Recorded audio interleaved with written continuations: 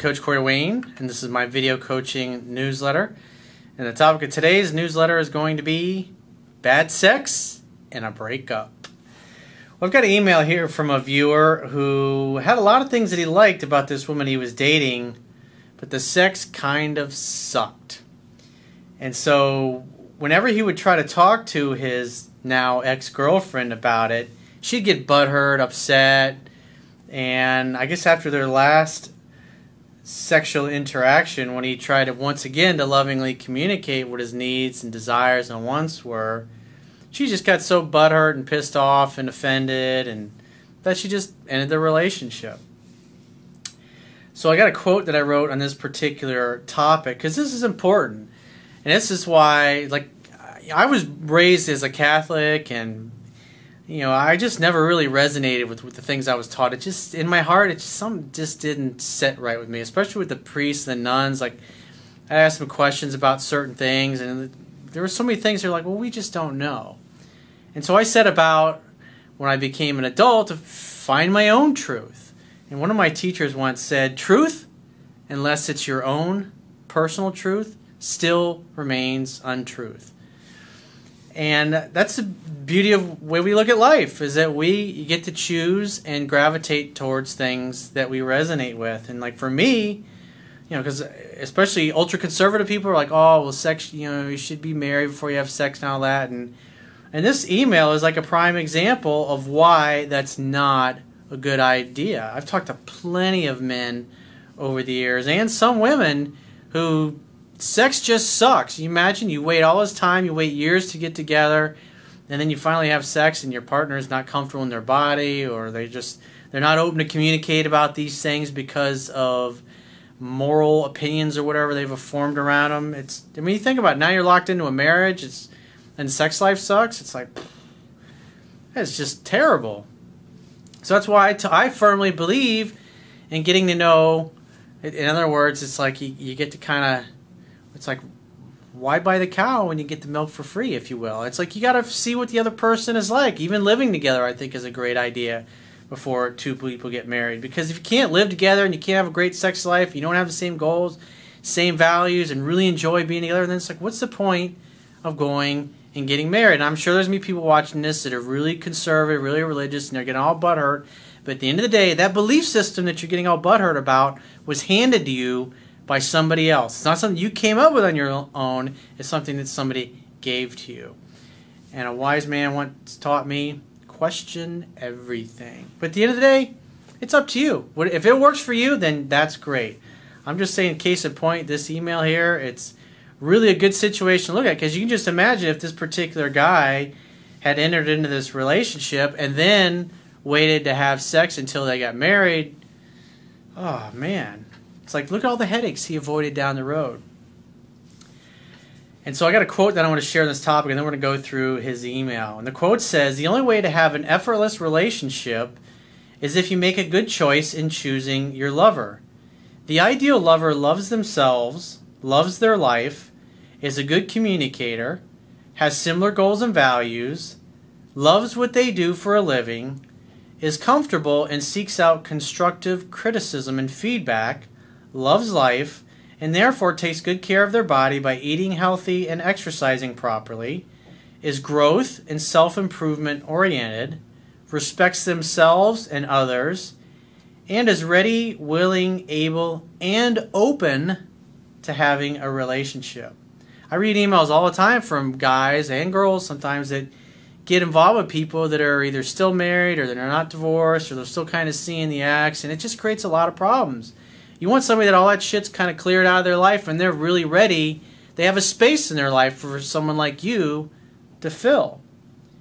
And the quote continues on, if you choose to become involved with a lover who withdraws instead of communicating like an adult, seeks to punish you for real or perceived slights, infractions, or emotional injuries, they become butthurt and offended when you lovingly communicate your needs, wants, and desires, or they are selfish, narcissistic, and difficult to get along with, you are asking for a life full of pain, rejection, and hurt.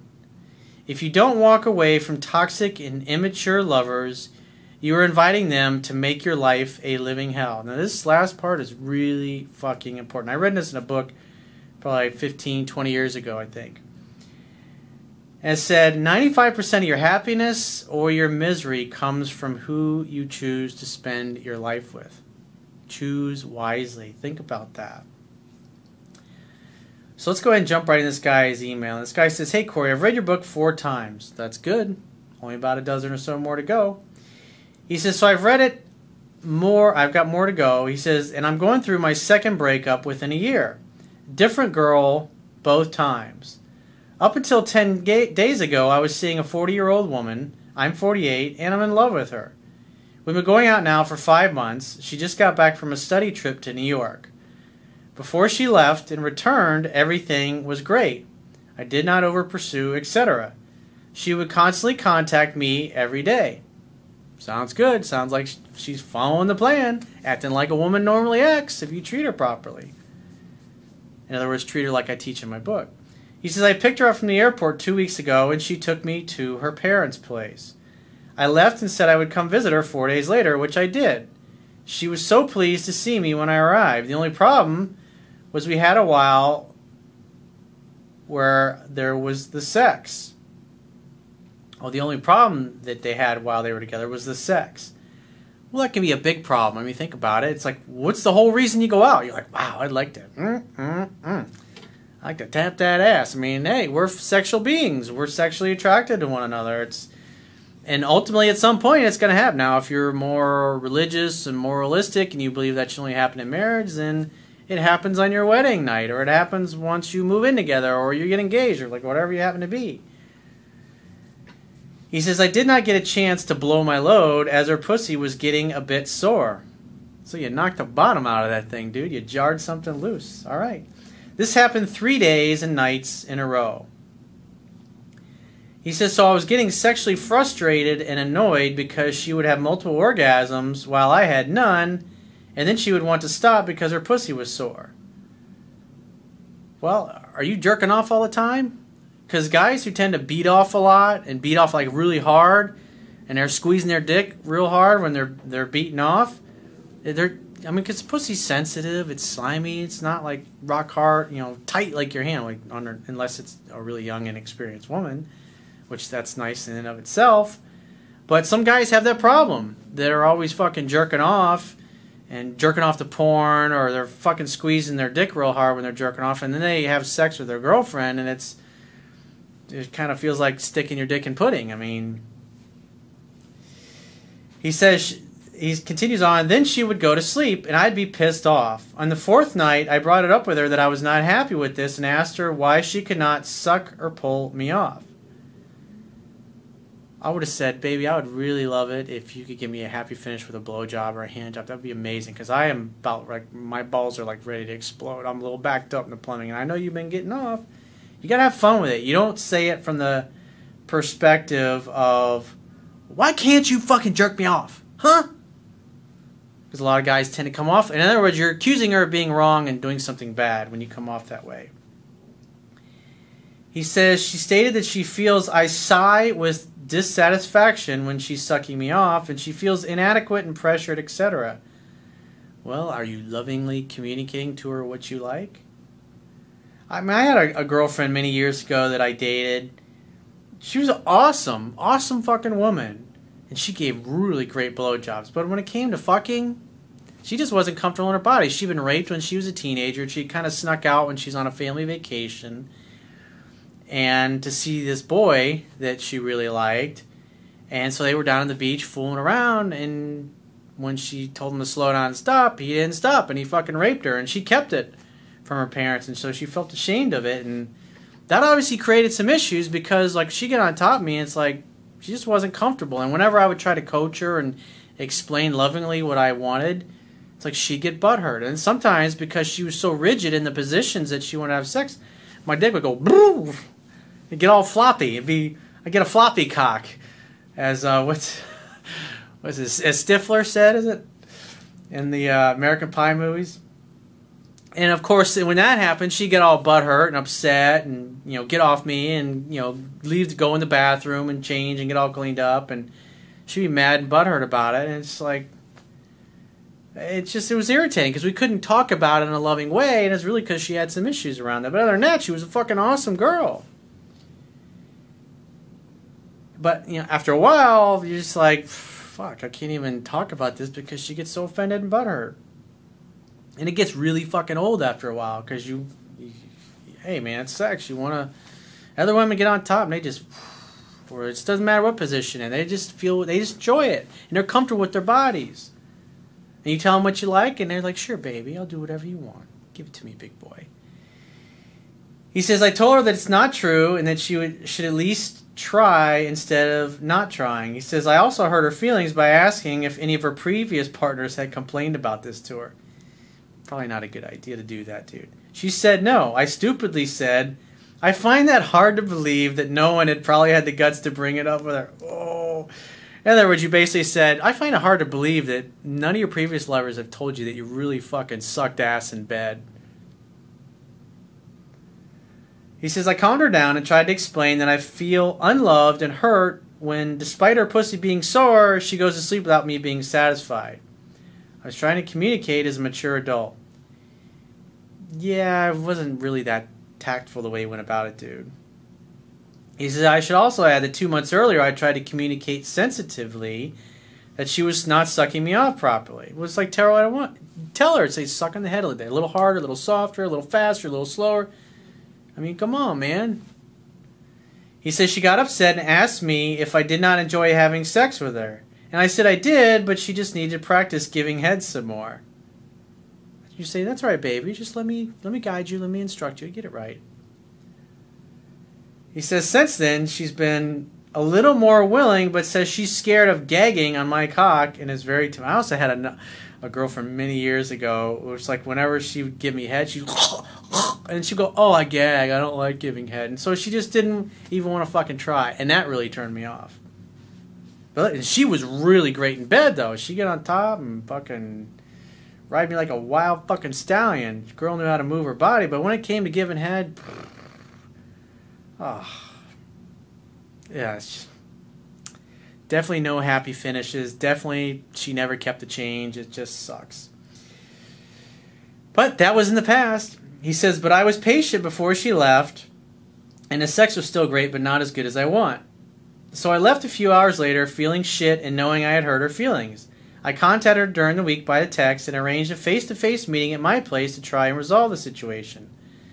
6 days later, she walks into my house and says, I do not want to be your girlfriend anymore. I was half expecting it as she had been not communicating during the week. So in other words, yeah, you weren't very tactful at how you went about it, but it's like after 5 months, just, well, that's it. You're out of here. Fuck you. You sex-crazed freak, pervert. He says, I stress Corey I did not chase her 2 texts and 1 phone call before this. I managed to get her to stay for a couple of hours while we talked, and she did not want to talk about the sex issue when I brought it up. Yeah, it's kind of hard. It's like she obviously is not mature about it because she feels insecure and inadequate. But you did make her feel insecure and inadequate. But at the end of the day, you want a woman who's just free spirit. It's like you can talk about anything. You want to stick it in my ass, baby? Okay, we can try it if you like. He says she told me that she was now off the pill, and the last thing she wanted to do right now was kiss me or have sex with me, let alone talk about unresolved issues. Yeah, instead she's all butthurt and doesn't want to work things out. It takes 2 to tango. It takes 2 people who want to make the effort, and for her, instead of working things out, she's like, all right, I'm pulling the ripcord, I'm out of here. Instead, she brought up all this other stuff, mainly that we do not talk enough and have enough conversation about politics, religion, history, science, or economics. He says, total crap. He says, this is the first time she's even mentioned it. He says, I studied history, politics, and philosophy at university. She said I'm into fashion and she is not, which is total crap. She said I portray myself as a victim on occasion, and this makes her feel guilty. She says I complain about the 3-hour drive. 3-hour drive it take. Well, that's a long drive. He says it's total crap, Corey. He says I enjoy the drive to see her and told her this. She's just looking for reasons to break it off. Just giving you excuses. The bottom line is, like, she doesn't want to work on it, so she's out of here. So it's like, okay, well, you know, it'll never work with somebody who gives up this easily. 5 months is just, I'm out of here. He says, I tried to stay centered as you advised, and I told her I think she's making a mistake, but I'm not going to beg her to change her mind. I told her that I thought we possibly had a future together with travel and a family, etc. I did most of the talking as she sat there looking miserable. Well, that sounded like loads of fun. The only mistake I think I made was telling her I loved her when I told her this, and I emphasized to her that I was not saying it because she was breaking it off. Maybe I was subconsciously. I think you answered your own question, dude.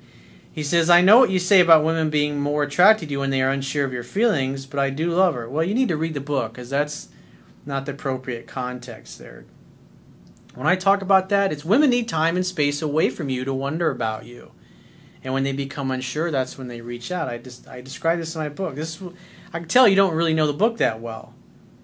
He says, I know you say this is something women should bring up. During the talk, she said, let's give it a few weeks and let's have dinner in a few weeks. I need a break. I replied that I do not think it's a good idea as we may drift apart and that she has just come back from being 5 weeks away from. He says, I do think we need to spend more time together. She said it was only 3 weeks and drifting apart was a risk that may happen, but so be it. So in other words, I'm going to punish you by not seeing you because you made me upset. That's passive aggressive. I wouldn't waste my time. It's like, hey, you had 5 months. The sex sucks, dude. She's not really coachable. Yeah, I mean, you're like a fucking bull in a china shop trying to have a conversation with about it, but at the end of the day, she just gets butthurt, and she sucks in bed.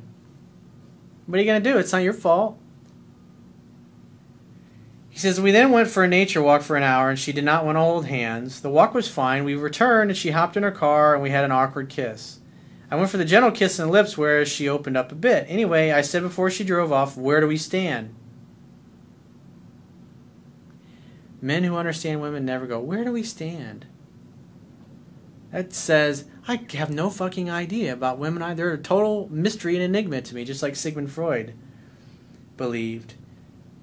He says, she said, let's give it a couple of weeks. I replied, okay, but I would not be calling her. She had to want me. Well, that's one thing you did right. He says, so it's been 10 days since things went awry and 3 since I saw her last. I know you advised don't contact her and I will follow your advice. Right. She's unilaterally ending the relationship. In other words, she won't communicate like an adult and she boots you out of her life. In other words, she's punishing you because you hurt her feelings. That's not mature. Imagine being married to a woman like this.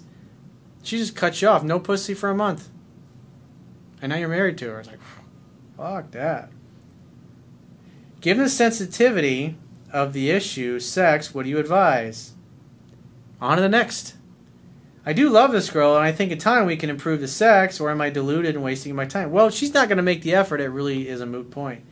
I'm disappointed by her reluctance to communicate as an adult. Well, I would be too, but you can't have an effortless relationship with somebody who just bails out when things get a little difficult. Tells me she's kind of fucking weak. He says, rather, she got defensive, bringing up lesser issues that, although I acknowledge to some degree, I do not believe they are a source of her discord and wanting to break up. So if I do not hear from her in 2 to 3 weeks, what should I do? Nothing? Yeah, absolutely nothing. She wanted to break up, therefore, you should proceed as if it's over and you're never going to hear from her again. Start dating and hook it up with new women. I was like, I wouldn't wait around on her. Fuck that, dude. You're a catch, bro. He says, if she does contact me, how should I communicate the sex issue? Well, invite her to your place. She needs to come to you. She broke it off, and she needs to come to you. Say, great, why don't we get together at my place for dinner?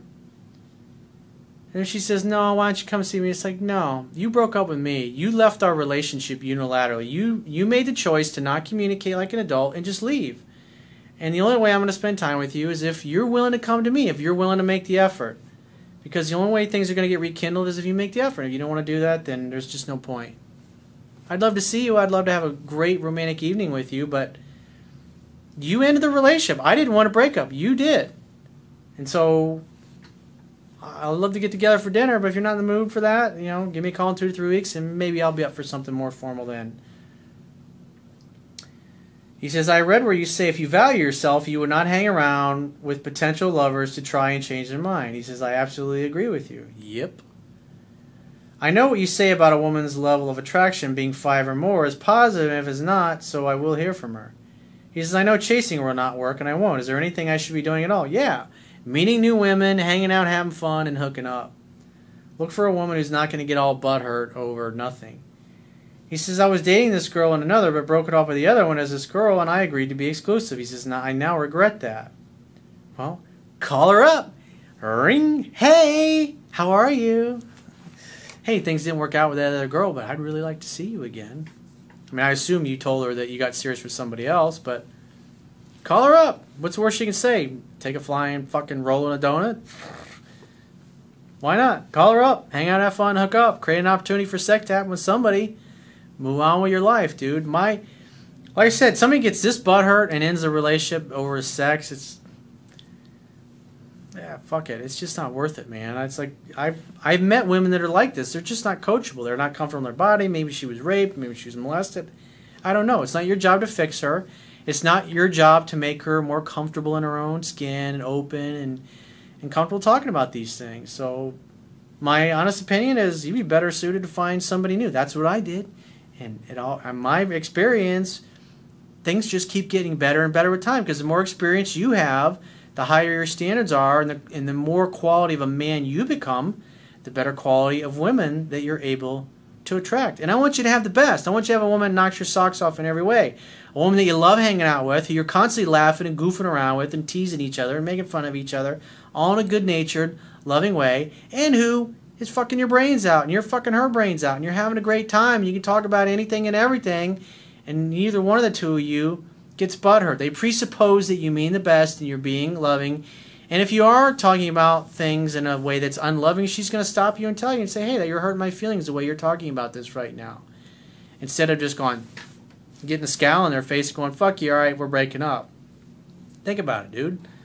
Effortless means effortless. It means you can talk about anything without the person going, fuck you, I'm out of here, you fucking asshole, I'm breaking up with you, I don't want to see you again. Fuck that noise, dude. Life is way too fucking short. Remember, choose very carefully the person you spend your life with, because 95% of your happiness or your misery will come from that one decision. And if you'd like to get my help personally, the quickest way is to book a paid phone, Skype, or email coaching session with yours truly. You can choose any of those options by going to my website, clicking the Products tab at the top of your screen, and choosing whichever option works best for you. And I will talk to you soon.